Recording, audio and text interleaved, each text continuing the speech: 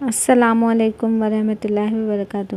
حضرت انس رضی اللہ عنہ فرماتے ہیں کہ آپ صلی اللہ علیہ وسلم نے مجھے 5 باتوں کی وصیت فرمائی۔ اے انس، اچھی طرح وضو کیا کرو، اس سے تمہاری عمر میں اضافہ ہوگا۔ میرا جو بھی امتی تم سے ملے اسے سلام کیا کرو، تمہاری نیکیاں بڑھیں گی۔